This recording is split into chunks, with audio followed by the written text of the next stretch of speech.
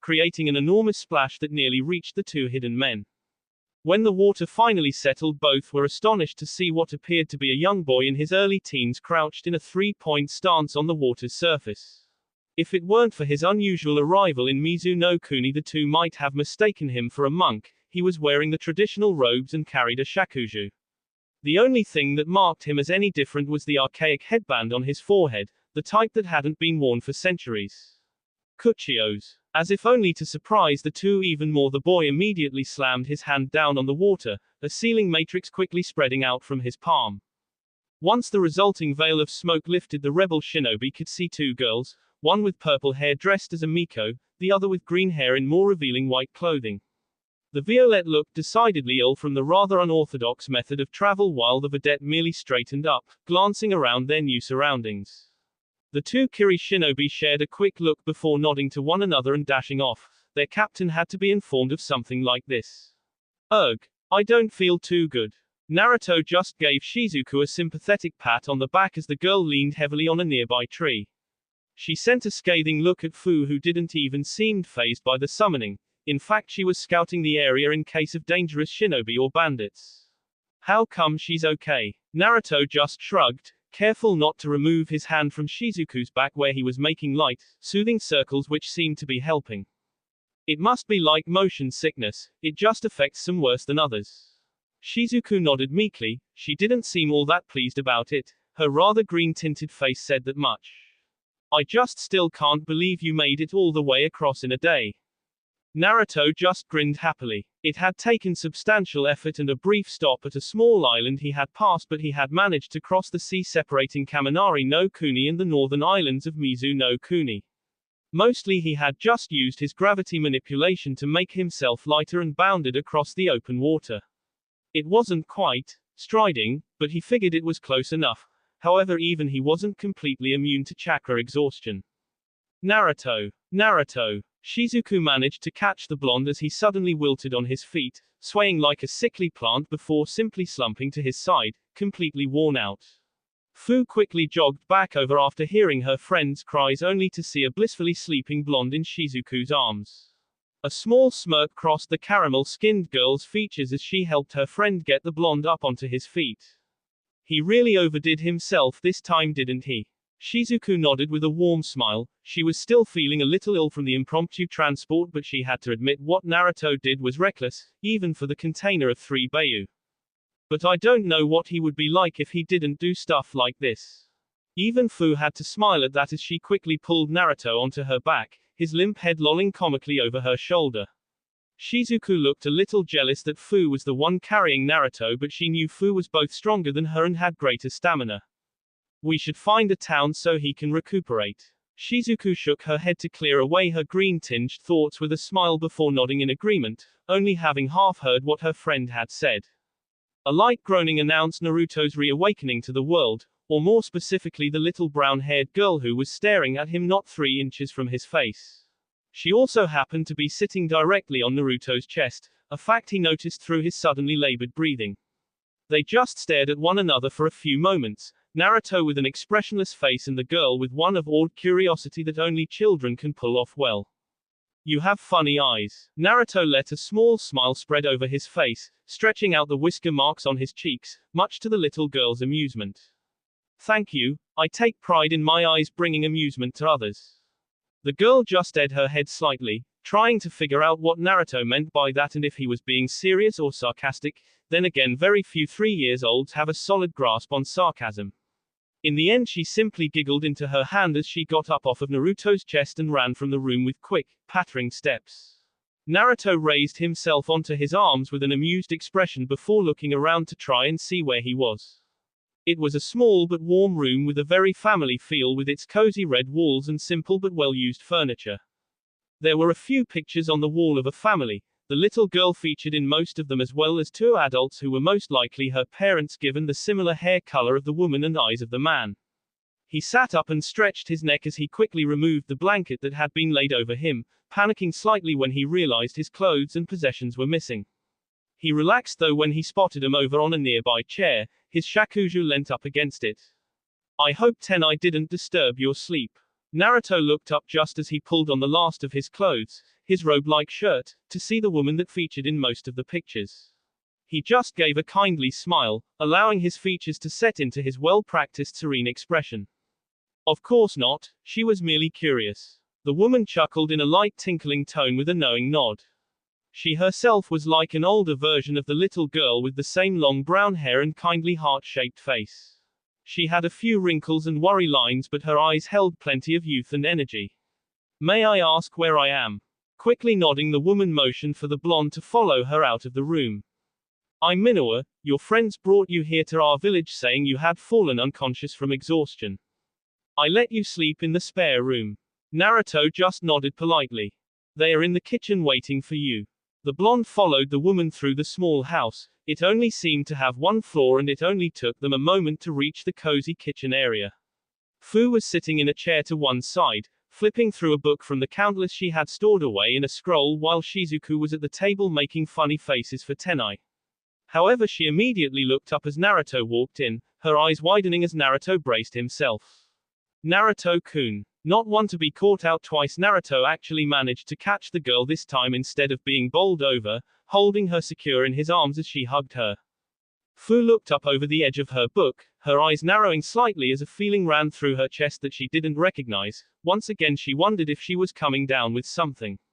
Then again she was a Jinchuriki, she had never been sick in her life before, her advanced healing took care of them too quickly. Morning Shizuku. The blushing girl quietly got off of Naruto, suddenly realizing how that might have looked to the others in the room.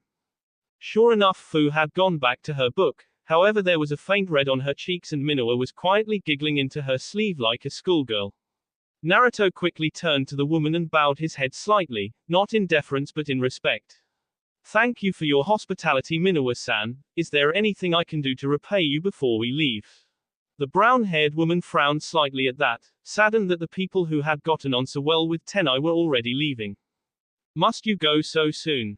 Naruto just nodded with a slightly sad smile. He didn't know the woman but she seemed kind for letting complete strangers into her home.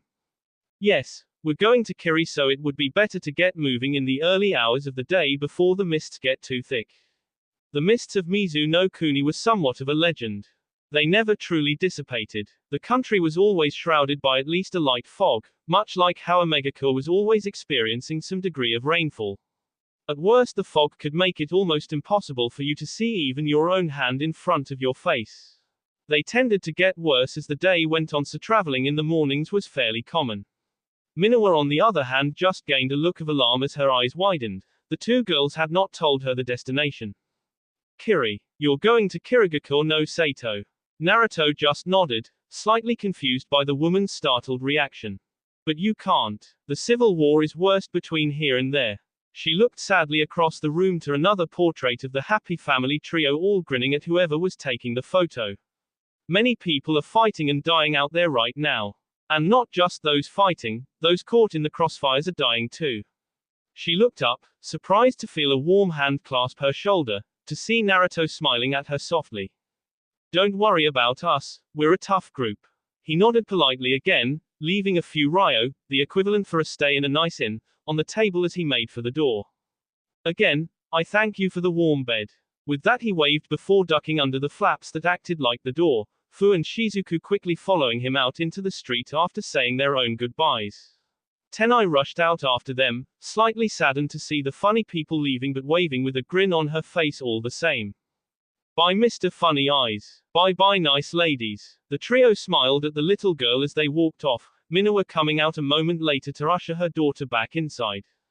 Soon they were walking down the street of the village they were in, getting the occasional nod from a townsman that passed them in the opposite direction. Naruto just looked around with a genuine smile. The village seemed peaceful and happy, nothing like Mizu no Kuni had been described to him by one of the monks who had tried to provide aid there. His name was Motoko, an elderly monk who had been with the fire temple for all of his adult life since running away from his home as a teenager. He had gone out to Mizu no Kuni when word of the civil war had reached the mainland. Of course, with Kiri being the isolationists they were, that could have been anything from a month to a year after the war actually started. He had come back with tales of how run down and desperate the population was, with thieving children and beggars on street corners. In the end he had been forced to leave the country after numerous threats from Kiri loyalist ninja who didn't appreciate him aiding the supposed bloodline L. Then again, they were currently in the territory that was more or less completely in the control of the rebels, namely the northern islands and about a quarter of the main island. Beyond that it was miles of contested territory, the territory borders being moved on an almost daily basis as counterattack after attack was launched between the two sides vying for control. So far the conflict had not reached Kiri itself, but from what he knew the rebels were slowly but surely pushing south, claiming more and more land. So where are we going now? Are we really going to Kirigakure? Naruto just nodded as they walked, the group having already made it outside of the village and into a thickly forested area that would be difficult to traverse once the mist really came in. But why? What about the war? Naruto sighed but didn't stop moving, deftly stepping over various routes that would have tripped a civilian. Because that is where we can provide the most aid. Fu nodded from behind him. She had a chance to talk with Minua and had gotten a fairly good idea of what it was like in the contested areas. Plus, we need to go somewhere to train mine and your water affinities.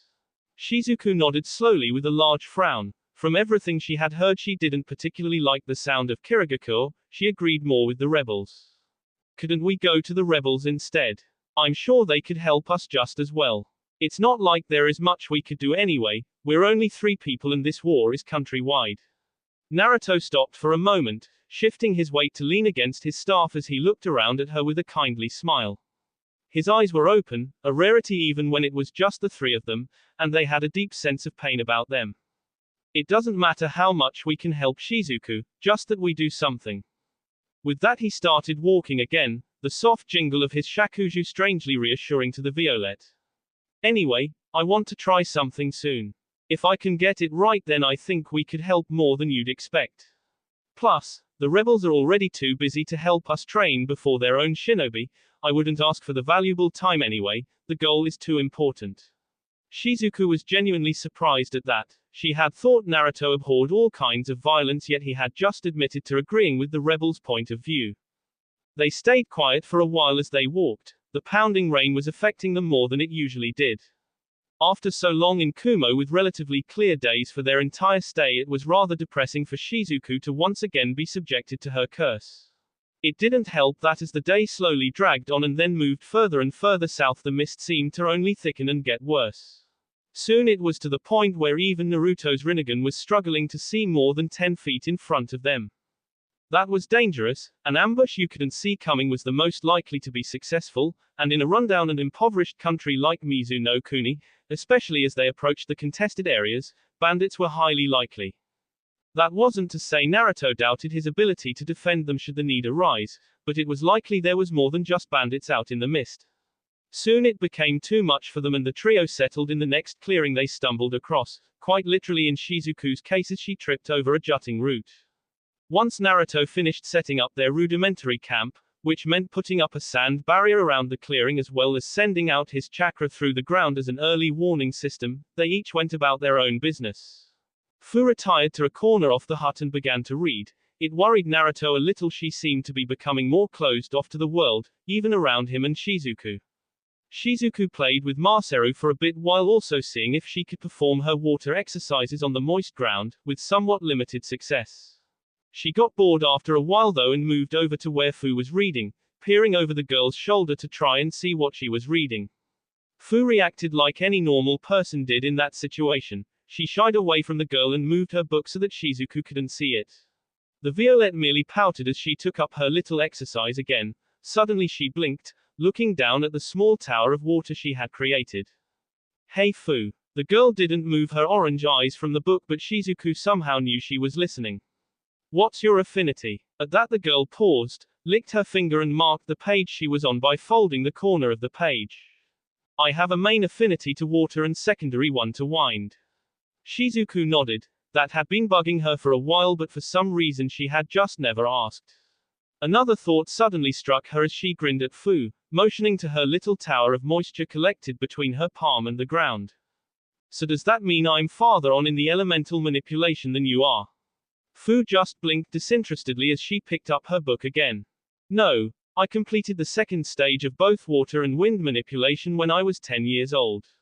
Shizuku just frowned dejectedly. She thought she finally had something she was better at than Fu. Suddenly her head shot up, confusion evident across her scrunched up features. Hey, then why haven't you told me what the second stage was after all this time? Fu simply looked up once from the book, her face blank and expressionless. You never asked. Before Shizuku could retort, Naruto caught both girls' attention as he sat down across the sand hut from them. Instead of sitting down and meditating lightly like he had done every evening since he was 8 years old, he instead created a single chakra rod and stared at it intently. Fu actually glanced up from the book she was skimming through, her thin eyebrows quirked in curiosity. Likewise Shizuku looked over, her control over the very small pillar she had made quickly breaking as it splashed to the ground. What are you doing, Naruto? The blonde didn't look up, his eyes was firmly set on the thin black bar sitting on the ground in front of it. From the way he was just staring at the chakra rod, you would half expect it to simply combust from the intensity of his gaze. He took a deep breath as he picked the bar up, gently crushing it in his hand and allowing the dust to settle in his palm. He closed his eyes, but you could still see the deep concentration on his face as he slowly closed his hand over the dust.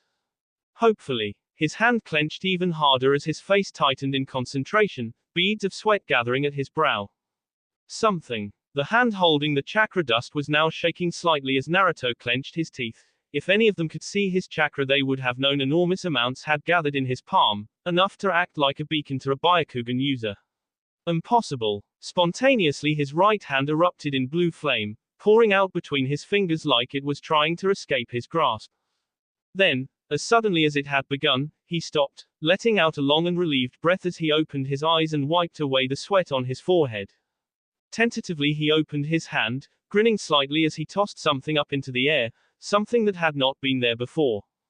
He caught it again deftly, blowing off the dark layer of black powder around it to reveal glinting gold underneath.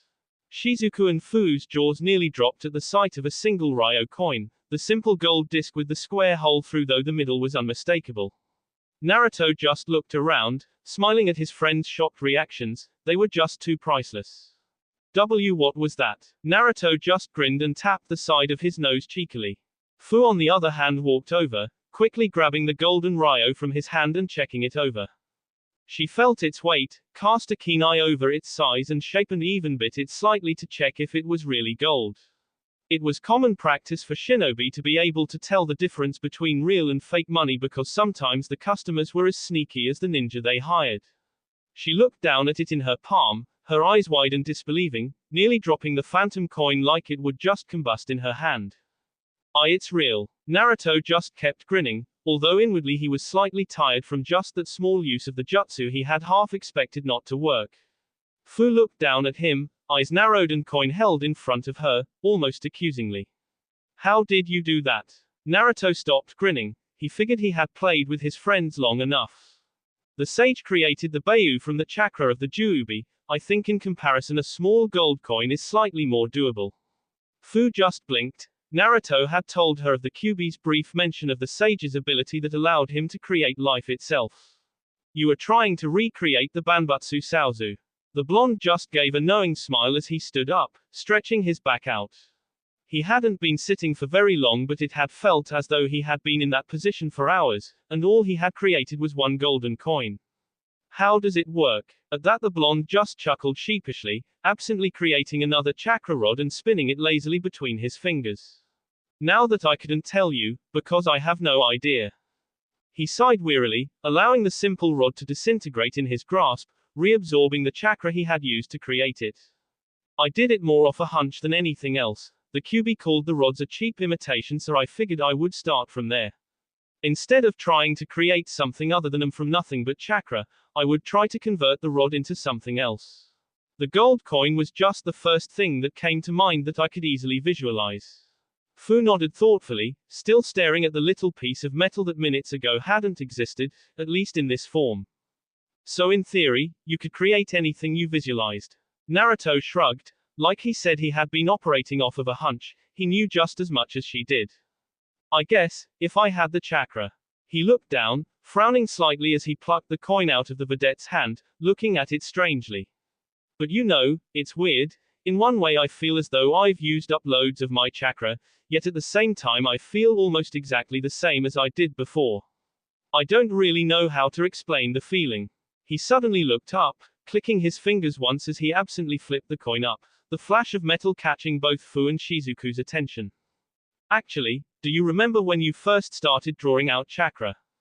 Fu nodded slowly. It was a long time ago, but it was the kind of memory you kept with you as a shinobi.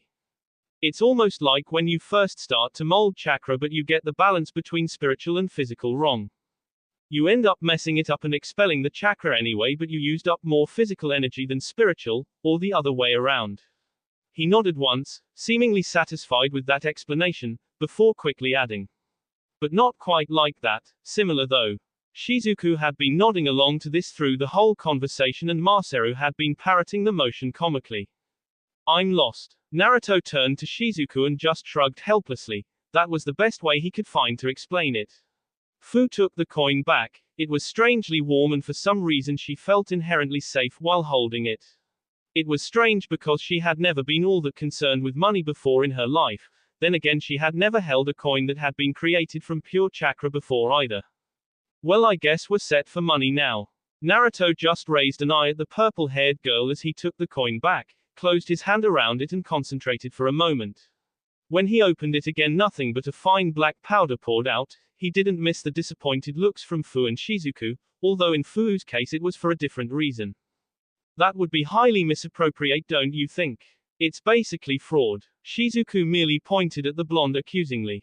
You were the one who made it in the first place. Naruto just motioned to the now dissolving black powder on the damp floor, causing Shizuku to pout cutely. Well, either way it's not fraud. Fu said it was real money.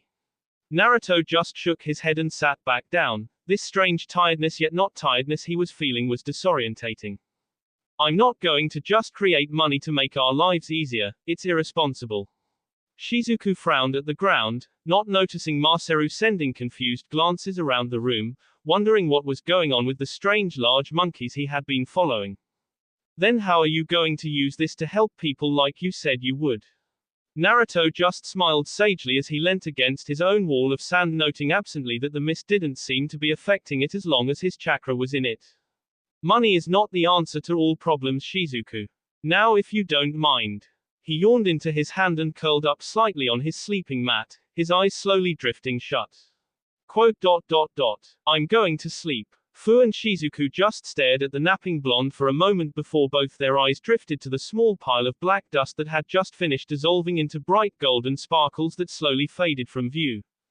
Hey, I think I'm getting better at this. The trio were once again moving through the thickly packed forests of Mizuno Kuni, the early morning sun helping to burn off the light mist hanging over the group. Fu was walking ahead, using her chakra-heightened senses to pick out the best path south because the map was no help at all. Naruto was walking slower than usual, but he was still helping. His chakra was spreading out through the ground as they moved to warn him of anybody approaching. However, most of his attention was on his hand, which was currently lit with an ethereal blue flame. He had been working on his control over what he thought to be Banbutsu Saozu, refining how much chakra it took to create certain items. He had at first just kept creating coins as they had a simple design and were easy to visualize, however Shizuku kept looking at them, so he tried other things. Every time he opened his hand a new object would appear, sometimes a little warped but always recognizable.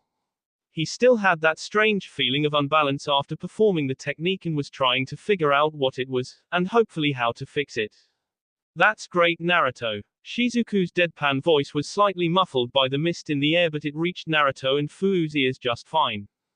Normally she would be more enthusiastic about what Naruto was doing. It didn't help though that he had been constantly talking about it all morning. It was also very distracting every time his hand would ignite in flame to announce he was using the technique again. Fu's danger senses would flare and Shizuku would become slightly uneasy at the massive chakra usage. No, really, say something and I'll make it. Despite his friend's obvious annoyance at him, Naruto's mood just couldn't be dampened. Apart from the weird feeling he got from using the technique, he was excited to be able to do such a unique and powerful technique, at least when he got it right. Shizuku just sighed while Fu gained a small smirk as she deftly navigated through the trees around them. Shizuku was about to suggest something really hard just so Naruto would focus on it for a while and give them some quiet when her rumbling stomach cut through the silence. Some food it is. Naruto's snicker at Shizuku's growling stomach was fully concealed, even when she shot him a half-annoyed, half-embarrassed look. He just grinned at her in a fox-like manner as he closed his hand again, the small senbon he had created quickly dissolving into the recognizable black powder he was working with right now. A look of intense concentration overcame him as he channeled an enormous amount of chakra into his hand, igniting it in cerulean flames. They had worked out that one instance of Naruto using this technique used more chakra than Shizuku's entire capacity. There. The flames died down and when Naruto opened his hand it revealed a small loaf of bread which almost seemed to grow out of his palm to a more filling size. He grinned as Shizuku just looked at it with longing eyes, her stomach once again announcing her hunger loudly. She quickly took it, biting into it with a blissful expression. They had provisions, but they tended not to eat outside of mealtimes to preserve their food. Yura. Shizuku's cheeks suddenly bulged as she nearly heaved up the small bite of bread she had eaten, her face turning a rather virulent shade of green. She dropped the rest, staring at it in disgust while Fu and Naruto merely sweat dropped at the exaggerated reaction. The blonde quickly caught the bread before it hit the floor, staring at it and Shizuku with a raised eyebrow. Come on, it can't be that bad. Shizuku's only response was to turn and retch into her hand again, the shade of green darkening slightly. The monk tentatively sniffed the unassuming loaf. It just smelled like any normal piece of bread, it was even slightly warm. He took a testing bite only to immediately spit it out, retching almost as loudly as Shizuku, much to Fu's amusement. The bread was terrible, it was like eating wet sand, gritty and slightly damp. He never thought anything could taste so disgusting. When the two finally recovered, Naruto crushed the bread back into chakra dust, staring at his hand incredulously. I don't get it, I must be doing something wrong. Shizuku just glared at him, her face hadn't quite lost its pallid tinge and she still felt like throwing up. At least Naruto hadn't actually swallowed the abomination he called bread. Maybe you just can't cook. Fu smirked at that. She always found these little interactions between Naruto and Shizuku amusing, at least when they didn't get too close, although she wasn't sure why. I so can too cook, loads of the monks liked my food. Shizuku just raised a disbelieving eyebrow at him. She wondered if the monks were all tasteless or they were simply humoring the blonde. Naruto just growled as a new chakra rod shot from his sleeves, quickly dissolving into the miraculous dust. I'll show you, it must just need more chakra. At that, Fu stepped in. She had noticed the beads of sweat building up on Naruto's brow for the last few minutes. Are you sure that's wise? You've been at this for the last hour, perhaps you should regain your energy first. Naruto just waved her off, already focusing intently on his hand. I'll be fine, I've got energy to spare. Plus I can regain my energy with the delicious bread I'm about to make. Fu just sighed and shrugged, stepping back to allow Naruto to try again. Fine, but I'm not carrying you if you faint. She just got another dismissive hand wave as Naruto channeled even more chakra to his hand. This time he didn't just picture the bread, he remembered how it tasted, how it smelled, even how it sounded, the slight crackling of freshly baked goods eliciting his memory's ear. With his hand shaking under the strain and an even brighter blue flame threatening to spill out of his hand, Naruto practically bored a hole in his hand from staring at it so intently. Ha! Naruto looked down at the new loaf of bread he had created. It looked exactly the same as the first, if not slightly more golden. I did, and promptly fainted backwards. Shizuku rushed over, her irritation almost instantly being replaced by worry as she quickly checked the blonde over. When she found he was fine and had simply overexerted himself, she had to refrain from slapping him over the head, not that it would do much good with him being unconscious. Fu on the other hand just sighed with a small eye roll as she walked over, pulling something out of her pouch. What are you doing? Shizuku looked up with caution at the small glass bottle in Fu's hand. It seemed to be filled with some kind of dark green herb, all crushed up into a paste. Fu just knelt down, holding the bottle up in front of Naruto's nose. I told him I was not carrying him to the next village this time. As soon as she finished speaking, Naruto's eyes shot open wider than most would believe possible, considering he always had them squinted or narrowed. He nearly shot backwards in surprise. Instead, scrabbling back on all fours, he accidentally kicked the small loaf of bread right at Fu, who caught it easily. Gah! What the heck is that? It smells awful. Fu just smiled a little too innocently as she replaced the lid on the bottle and safely tucked it away in her pouch. Just a small gift from Minowa in case you fell unconscious again.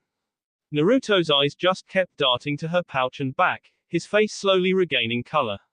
It was almost the second time in an hour that he wanted to retch. The smell was even worse than the first piece of bread he had made. We should get going now. Naruto just nodded immediately. He didn't trust the all-too-kind smile on Fu's usually expressionless face. It was just creepy. The trio quickly made their way in silence, this time with Naruto leading as he was too tired for the Banbutsu Saozu right now.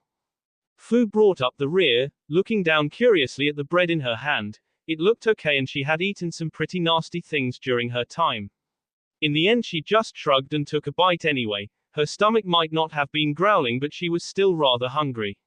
Her face immediately lit up as she smiled reflexively. The bread was warm, crunchy, and most importantly, delicious. Their trip went on in rather awkward silence until they came across another town. The mists had been rather forgiving today, so they decided to just walk right through and keep going. They were beginning to enter the more contested regions of Mizu no Kuni, and they didn't want to get pulled into anything. However, for as long as they had traveled with Naruto, they should have known things were never going to be that simple. The village was very different to that of Minawa's further north. For one thing, the shinobi presence was much greater, or at least more noticeable. It was beginning to look more like how Mizu no Kuni had been described to him, desolate and hopeless. There was a general air of defeat and hopelessness in the air. The residents' movements were sluggish and lacking true purpose or energy. There were even a few people on the sides of the street, the skin pale and their bodies thin and malnourished. It was a heart-wrenching scene to see kids in alleyway, their clothes hanging off their almost skeletal frames, obviously having not seen a good meal in days. It was a good thing most villages and towns in Mizu no Kuni always had a fresh running water source, or there might be many more non-combatant casualties in this civil war. Unfortunately, if Naruto started handing out what little provisions they had, they probably wouldn't have enough food to make it anywhere near Kirigakure. As they were walking down what appeared to be the main street, lined with what few shops were still open for business, they passed a small group of kids.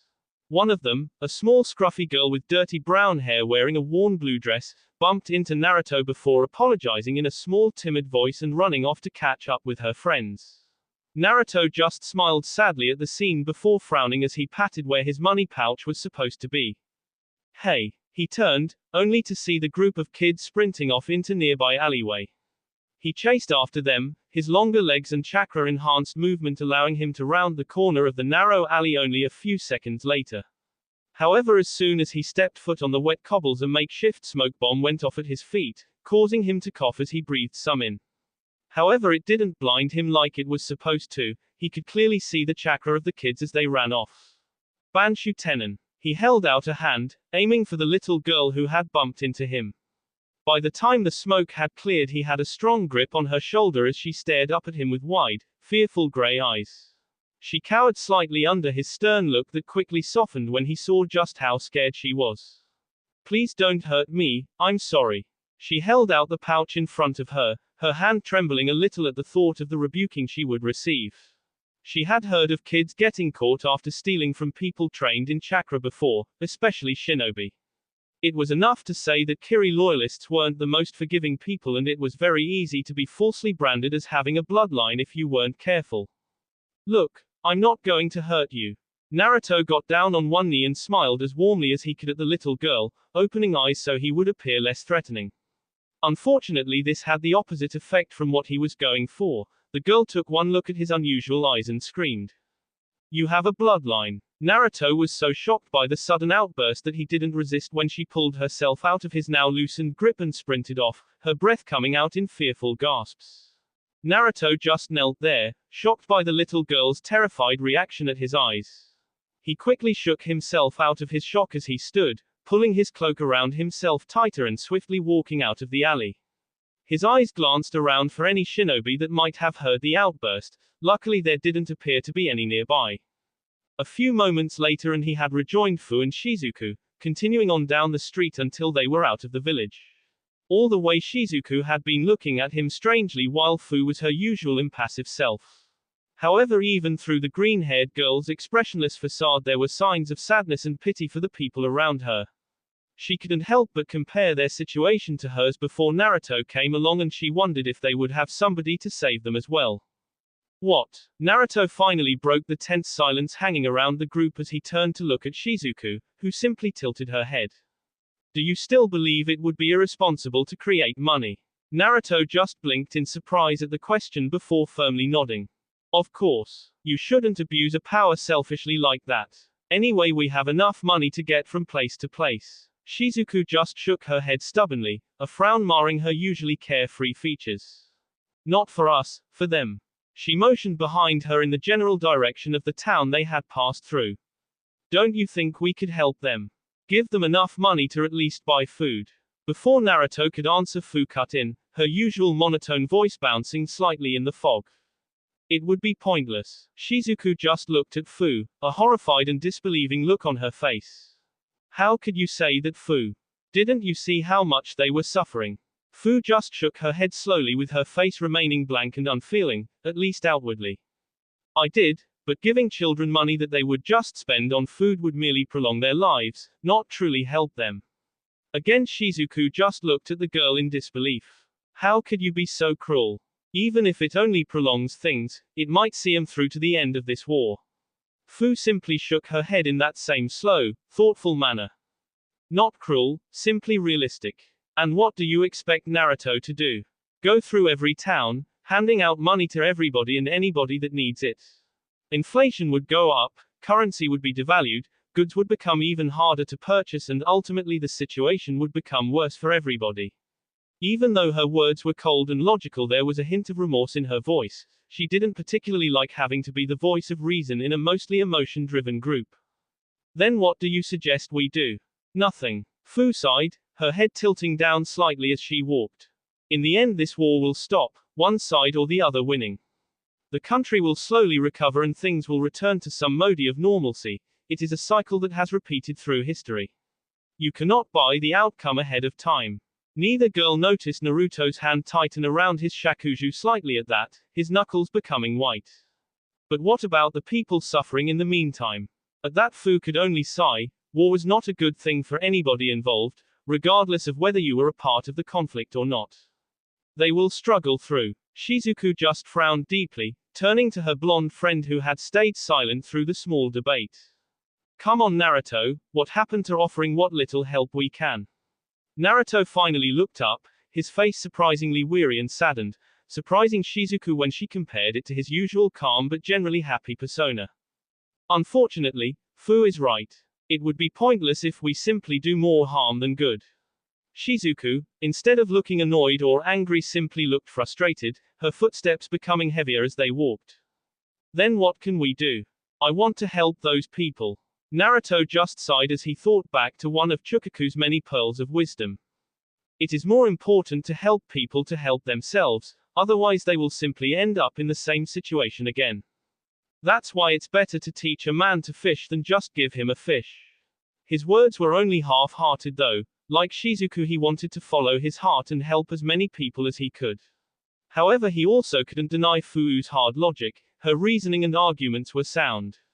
It was like having the proverbial devil and angel on his shoulders, except neither was wrong in their own way. Okay, then how do we do that? At this point Shizuku was becoming desperate. It felt like her friends were ganging up on her, like she was the only one who really wanted to help. Of course Fu and Naruto both wanted to help, but their emotions were tempered with training, or in Naruto's case meditation, and many shogi matches with Chiraku that taught him to think before acting. The best way would be to deal with the root of the problem. It was Fu's voice that cut through the new tense silence that had pervaded for a few moments.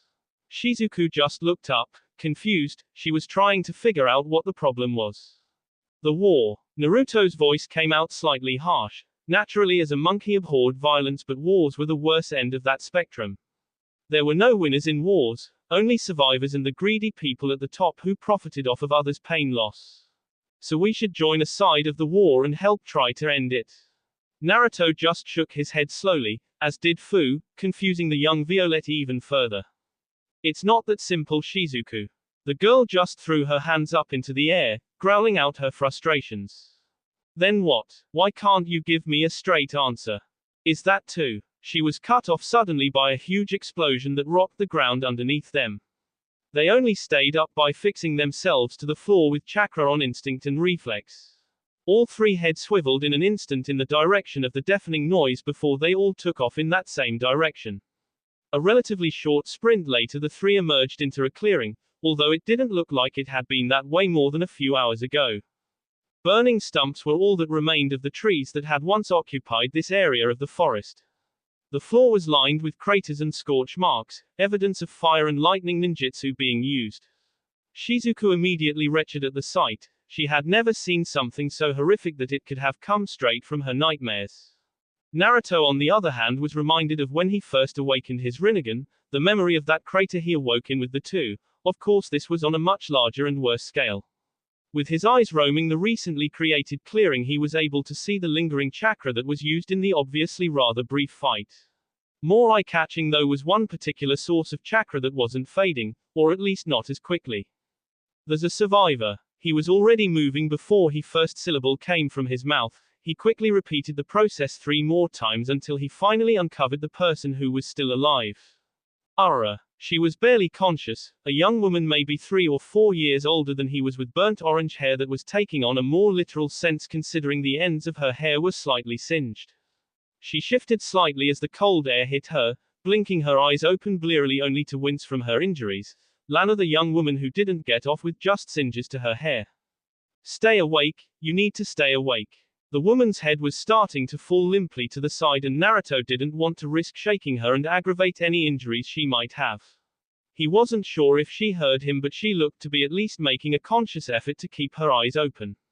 Naruto took that as a good sign as he unsealed a small roll of linen bandages he always had on hand for emergencies. He was lucky he hadn't had to use them before now. Gently he lifted the woman's hand, doing his best to ignore her wince of pain as he uncovered a large wound on her side that she had been covering. Unfortunately her light gray flak jacket was in the way, so Naruto just acted on instinct, applying a light layer of wind chakra to his palm and slicing straight through the restrictive vest. The navy undershirt she wore beneath that quickly followed as best he could. Naruto began quickly and tightly wrapping the soft white bandages around her torso, making sure they would tight enough to stop the bleeding. It was a temporary measure at best, but it would hold the woman over at least until she could get proper medical attention. "Who are you?" The woman spoke up in a meek voice as soon as he was finished binding the wound, which thankfully wasn't as deep as he had first thought due to her flak jacket lessened the damage. "Just a traveler, now you should keep quiet and conserve your strength if you can. Is there anywhere nearby we can take you to be treated properly? At best these bandages will only last you an hour." The woman nodded slowly, the action obviously bringing her a lot of pain as her hand instinctively sought out her side. She had a few more injuries obviously, but none that were immediately life-threatening. "It's all right, don't move." Naruto raised a hand and the ground around the kunoichi softened immediately before rising up into the air like a floating bed. Once Naruto made sure the woman was secure on her sand stretcher, he got her to point out the direction. If the woman was surprised by the strange ability, she didn't show it. Right now she was struggling just to keep her eyes open. Of course they had barely taken 2 steps before 3 men suddenly flickered into the clearing, all of them in Kiri shinobi attire.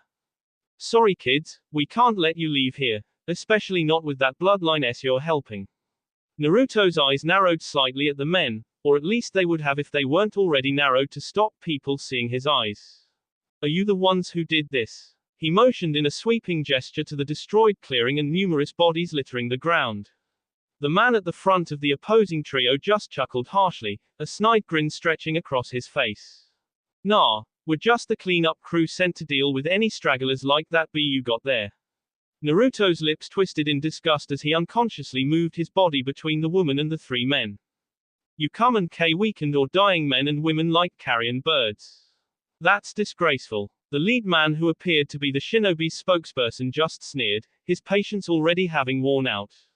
"We don't need a lecture on ethics from some punk kid, especially when you speak like those things are human." Naruto glared at the man for that. It was xenophobia like this that perpetuated so much hatred in the first place. "Maybe you do need a lecture, you're obviously ignorant." At that the man's patience, as thin as it already was, completely snapped. "Like I'll take that from some punk-ass kid barely into his teens." He quickly tossed a handful of kunai at the blonde, expecting him to simply fall over dead from the speeding projectiles. To his surprise though, the flying weapons merely halted dead in midair, as if they had hit some invisible wall. They clattered to the ground uselessly. Not a moment later, Naruto's gaze turning cold as he raised a hand. The ground around the men's feet suddenly burst upward, already turning to sand as it enclosed around 2 of them. The first man though was fast enough to realize what was happening and jumped up and away from the ground in time, the sand that would have been his prison closing in on thin air. The Kiri shinobi caught his breath in a tree at the edge of the recently made clearing, not having expected any kind of retaliation like that, despite the blonde's strange headband. "Who are you?" Naruto just remained quiet as his hand twisted, sand rising up from the floor and lashing out at the shinobi like long tentacles of some unspeakable creature. Naruto lacked the same inherent control Gaara had due to only recently gaining his sand abilities, but his movements were still deft and swift from practice. Unfortunately, the man was obviously a Junin and was able to avoid most of the dangerous earthen whips. Seeing that he wasn't going to get the situation under control like this and knowing that Yagura would want to hear of this, the man made to leave. Banshu Tenon. Unfortunately for him, Naruto predicted his movements, snagging him out of the air where he couldn't dodge or maneuver. Suddenly the Kiri shinobi was flying towards the blonde, his movement out of his control for the moment. Of course he was still a Junin, one hardened by war no less, and quickly managed to turn the situation to his advantage. He managed to twist his body, pulling the tanto on his back out of its sheath and aiming to take the blonde's head off. Naruto's eyes widened marginally as he cancelled his technique, diving to the side to avoid the potentially lethal slash. The man rolled to his feet, turning to finish the job with his blade. Out of the corner of his eye he saw Fu about to capitalize on him, focusing solely on Naruto. However, before anybody could do anything, the man was suddenly sent rocketing back, hit by an explosive and invisible wave of pure gravitational forces. Shinra Tensei. Naruto slowly lowered his hand, stretching his neck from his uncomfortable landing prompted by his need to dodge the flying blade. He carefully peered into the small line of destruction through the trees the Junin's body had created, only to detect no chakra signature. He stretched out his awareness through the ground only to find the same thing. The man was gone. He got away. Fu frowned while Shizuku looked slightly relieved. For a moment there it looked like Naruto was about to lose his head. He needed to be more careful about what he brought closer when using his second Deva Path ability. Quickly though, their attention was returned to the woman on the makeshift stretcher as she moaned in pain, carefully clutching the wound in her side. Without further delay the trio turned quartet set off into the forest, heading in the direction the woman pointed when she was able. Naruto thought it best to bring along the two men he had been able to capture, floating along in similar sand beds, but more restrictive. After about 10 minutes Naruto began to worry that wherever this place was they might not make it in time. However, when he voiced his concerns the woman merely pointed again, obviously straining to do even that much. Luckily his fears were unfounded, as not even a minute later 5 masked figures appeared around the group in various body flickers, all staring at them suspiciously. Nezumiero, one of the shinobi, a woman if the slight curves to her armor didn't lie, rushed forward, quickly checking over the orange-haired woman on the sand bed. One of the males in the group quickly walked over to Naruto as he could see it was that blonde who was maintaining the floating structure. He also spared a quick glance to the two men held captive in veritable cocoons of sand, obvious loyalist as he didn't recognize them. What happened? Where did you find this woman? Naruto looked up at the man. He had lank gray hair that was tied back into a short ponytail and had a simple porcelain mask with slits for eyes and a wave-like red pattern across one side. I found her in a clearing. She had been attacked and was leading me to where she could find treatment. The man nodded, glancing over to see the woman still painfully holding her side, the bandages now soaked almost completely through by B. He seemed to think for a moment, as if weighing up various things in his head before nodding once. Are you able to maintain that bed for another 5 minutes? Naruto just nodded. If he needed to he could keep up this sand for another few hours. Alright then, follow us. But keep your hands to yourselves. If we see any signs you might endanger our camp we will not hesitate to cut you and your companions down. Naruto just nodded quickly, rather anxious to get the woman somewhere with proper medical care. As they walked he missed the same gray-haired man carefully eyeing him up, glancing between him and his companions. Blonde spiky hair, dressed like a monk, green-haired and purple-haired female companions. He matches the report, but who exactly is he and how is he able to manipulate sand like that? That will be all for this video. Be sure to like, subscribe, share, and comment down below for more videos. Goodbye.